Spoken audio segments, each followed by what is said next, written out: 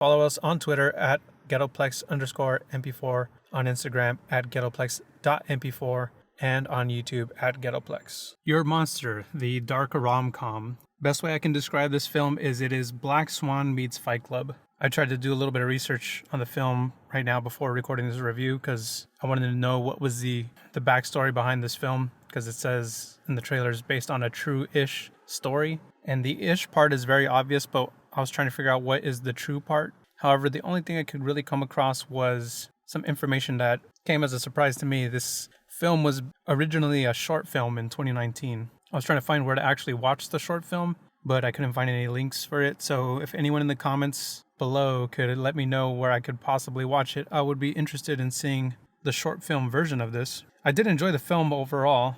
It was a good time. I'm going to go ahead and get into spoilers because it's a bit difficult to talk about this film without spoiling anything. Even though from the trailers, I feel like I kind of already knew where it was going. So let's get into the spoilers. If you haven't seen the film yet, it's pretty good. It's not the best film ever, but it is pretty good. I would suggest giving it a watch, but we're going to get into spoilers, so come back if you haven't seen the film yet. Or if you don't care, stick around. So we have our main character, Laura, who has just gotten over a cancer surgery. I assume they removed like part of a tumor. They don't really say what the surgery exactly was or how it helped or whatever it did. But the thing is, Laura's boyfriend broke up with her while she was in the hospital. So when she gets back home, she has to move, when she gets out of the hospital, she has to move back home with her mom. But her mom is never present in the film. Apparently she is like a very constant traveler, so she never even is home. I do like, as soon as she gets home, her best friend, Maisie, is kind of just nonchalantly there to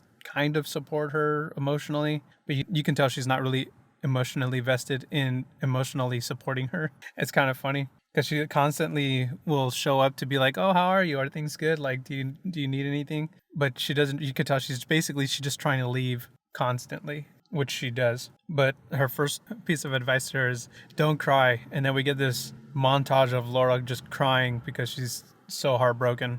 And the montage is pretty hilarious. And we meet the Beast pretty quickly, or the Monster Durden. That's what I'm going to call him. Because I feel like it's pretty obvious that the monster is like a figment of her imagination. I mean, when you say that the film is based on a true-ish story, you know that the monster part is the ish part of the story. Anyways, this monster and her have a bit of a past. And the monster, this is where the Fight Club part comes into the film, where the monster kind of is her Tyler Durden. There's a line in the film where they're arguing and then he's like, what are you looking at?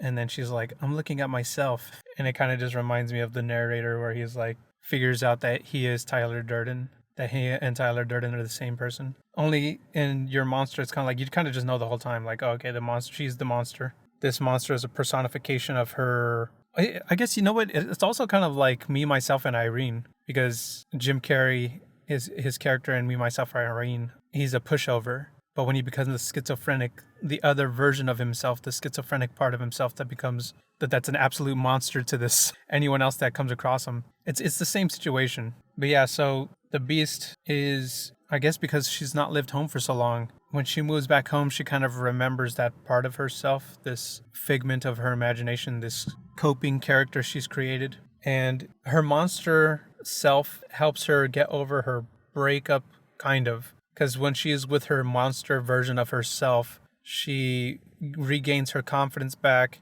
and she isn't so heartbroken. She kind of falls in love with, I guess not really herself. It's more like the person she would want to be with. So even though the monster is like a version of her, it's also a version of someone she wants to be with. It's just all personified into this one beast. Speaking of Beast, Beauty and the Beast, because that's what they kind of called it. They say this is the dark comedy version of Beauty and the Beast, or some kind of line about Beauty and the Beast. He definitely has this moment where he eats like a filthy animal, and it kind of reminds me of a scene from the original Beauty and the Beast, where he's eating like a filthy animal, and Bella's looking at him like he's a madman. But a lot of the conflict that later comes back between Laura and the ex-boyfriend, whose name is Jacob, is this live play that he's been building, and she helped build with him when they were together. And he specifically wrote this character for her to play in the play. However, because they broke up, he tries to move on with the play without her being involved. But she falls into it, still playing a character in the play.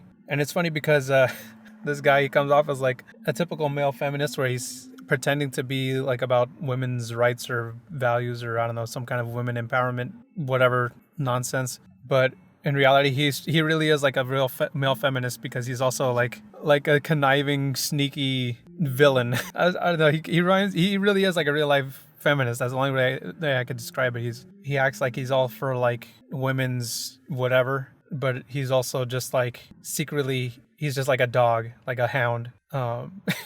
It's kind of funny. I like what they do with the Halloween party too, because they kind of build this moment where Laura believes that her ex-boyfriend is having this affair. Not even an affair. He's having a new fling, or he's in this new relationship with the new lead actress of the play, because she sees them hooking up at the party. And this also sets up the Beast to hurt, or the monster. Sorry, I keep on calling him the Beast because I'm thinking of Beauty and the Beast. But this sets up the monster to also attack Jacob. But it's really Laura who was really attacking him the whole time. But she puts him in the cast by dropping him off of a stage, pulling a lever, almost like an Acme cartoon. It's pretty funny. And then she has a moment with her monster character in this dance sequence that was pretty cool. I like the way they filmed the little romantic dance sequence between Laura and the monster. I thought it was just a little surreal and dreamy, and it was pretty cool. But yeah, so as they're getting closer to the date of the play, there is a little bit of a resolution for Laura, because she takes out,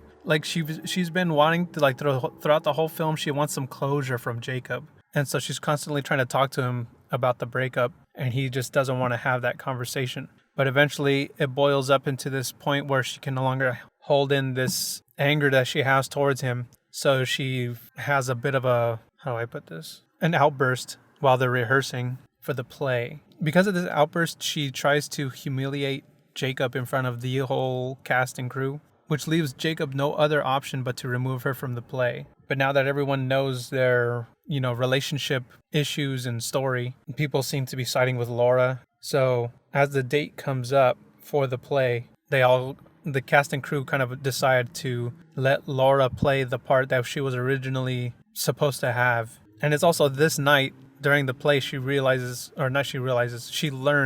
the boyfriend, or her ex-boyfriend Jacob, was not actually hooking up with the new lead actress. He was actually hooking up with her best friend, Maisie, whatever, however you say her name. So it kind of just builds up this drama between, and it makes a lot of sense why her friend Maisie kind of pretended to care about her, even though it seemed pretty obvious that she didn't want to stick around to emotionally support her best friend or whatever. So that amplifies Laura's anger for the whole situation, especially finding out that while she was fighting cancer, her best friend was sleeping with her boyfriend. And so you can imagine if you had cancer and you were in the hospital for months, and your boyfriend and your best friend were at the hospital with you off and on, but while they weren't at the hospital with you, they were hooking up, while you're sick and dying. So that definitely would turn up the volume on your anger gauge. Yeah, so the ending is where it gets kind of Black Swanish, where she gets the opportunity to perform at this play as the character that she originally had intended to be anyways. But we get this ending where she kills Jacob with the help of the monster, in the middle of the performance. It's just kind of weird because when the boyfriend comes in to throw this tantrum after the first act, I'm assuming it was just like the first act of the play, he comes backstage and he's throwing this tantrum at her because she snuck back into the play and played the character that she originally wanted to play. So he's throwing this tantrum, and all I could think was, the curtain's closed, but all these people are still sitting in the audience.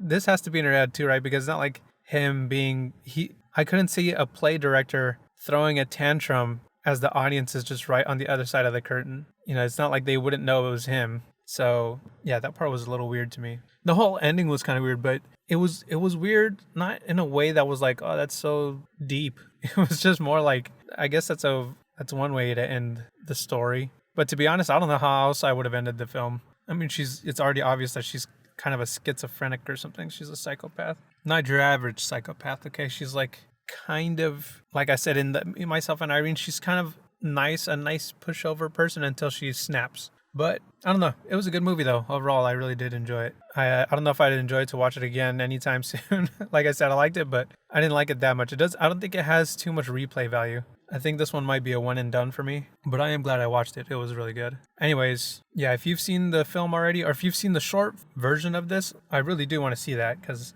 if it was good enough that it got people to want to invest in it to make it a feature film, I'm curious to see how the short film was. I think it was also like some women's film festival thing too, where it's like a women's only only women filmmakers. So that also probably had something to do with it. It's kind of like one of those DEI things where they're like, we need more women directors, so just find a woman who made a short film and we'll make a feature out of it. It could just be one of those things too. But either way, I did enjoy the story, and good job to the director. Shout out to her. That is a dream come true for a lot of filmmakers. Anyways, follow us on Twitter at Ghettoplex_MP4, on Instagram at Ghettoplex.mp4, and on YouTube at Ghettoplex. See you guys on the next one.